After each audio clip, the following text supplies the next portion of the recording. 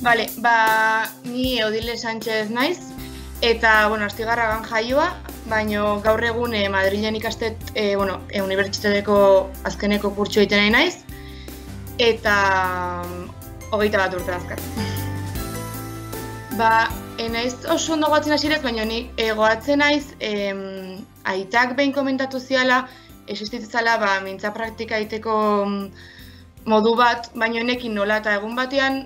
nahi nun parte hartu, ez nekin oso ondo nola zen, baina parte hartu nahi nun, eta uste Twitterren jarri nula galderan bat ola, eta norbaitek erantzun zian esan ez mintzanet existitzala, eta plataforma horren berri eman zian, eta hola, deskubritzen. Nik oain Davidekin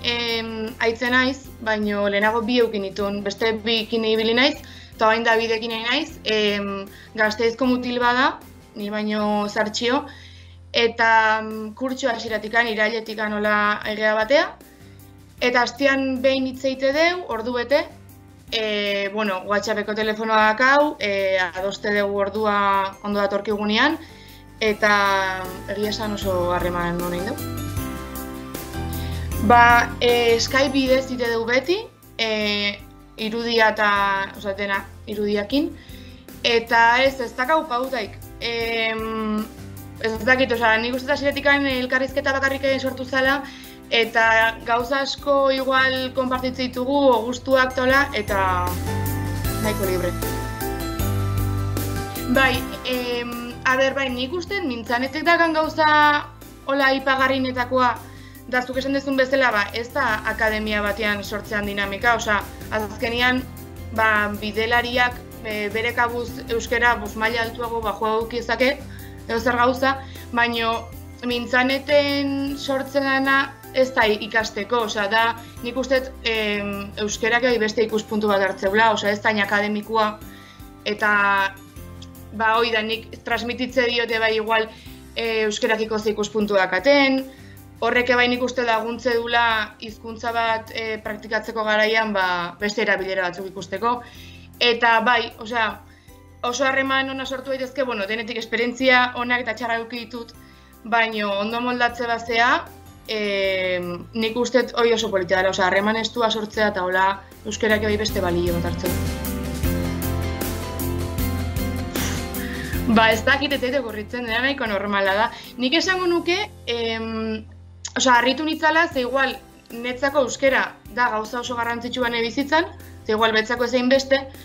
baina geho pixkanaka ikusi nula, azkenean oso antzekoa gea, eta horrekin harrituta galitu nintzen, nire lagunekin eukitzi duten elkarrizketa berdinak eukitzaket, eta oso eroso, azkenean ez gainoiz aurrez autu, eta alare oso harreman istua sortu daitekela.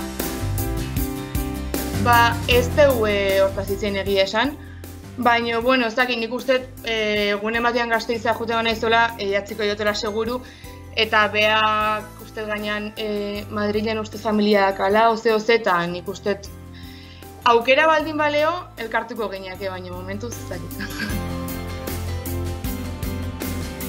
Madrilen bakarrikan itet, Davidekin mintzanet bidez, eta gero nire familia osoakin nik euskera zitet, eta nire Euskal Herriko lagunekin bai, orduan, ez dut utxuna handia sentitzen. Baina Madrilen batez, enteatu nintzen badaudela mintza praktika egiteko beste formato batzu badaude Madrilen, ez dautu nun mutil bat, baina, justu izan zen pandemia hasien jolen eta ja bertan bere gelditua. Baina ez, Madrilen ez dut ezer egiten euskeraz, eta nabaitzea. Nabaitze dut galdu iteetela, nahiz eta hilabete gutxi batzuk izan euskera gutxi egiten. Euskera netzako, nik ustete bai, familiko asuntongatik antaola, netzako euskera beti egon da oso presente, eta ez da hizkuntza bakarrik, ez da hizkuntza bat bakarrik. Gurasoa bila gaina ikasi dute euskal filologia orduan, etxean asko hitzen dugu euskerei buruz, eta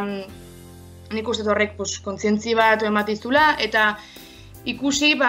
euskera nagusien onduan, euskera zapalduta izan da eta minoritario izan da, nola jendiak jende asko hipotekatu behar izan duen bere bizitza euskara bizirik jarraitzeko, eta gaur egun gaina euskaratik ze gauza politiak atea daitezken, euskara kultura oso bat jasotzeulako, eta netzako euskara bizimodu badala esango nuke, eta borroka pixkate bai. Nik igual esango nieke hasieran arraroa izan daitekela ez tezulako ezautzen bidelaria, baina ausartzeko eta euskera benetan maite bazu,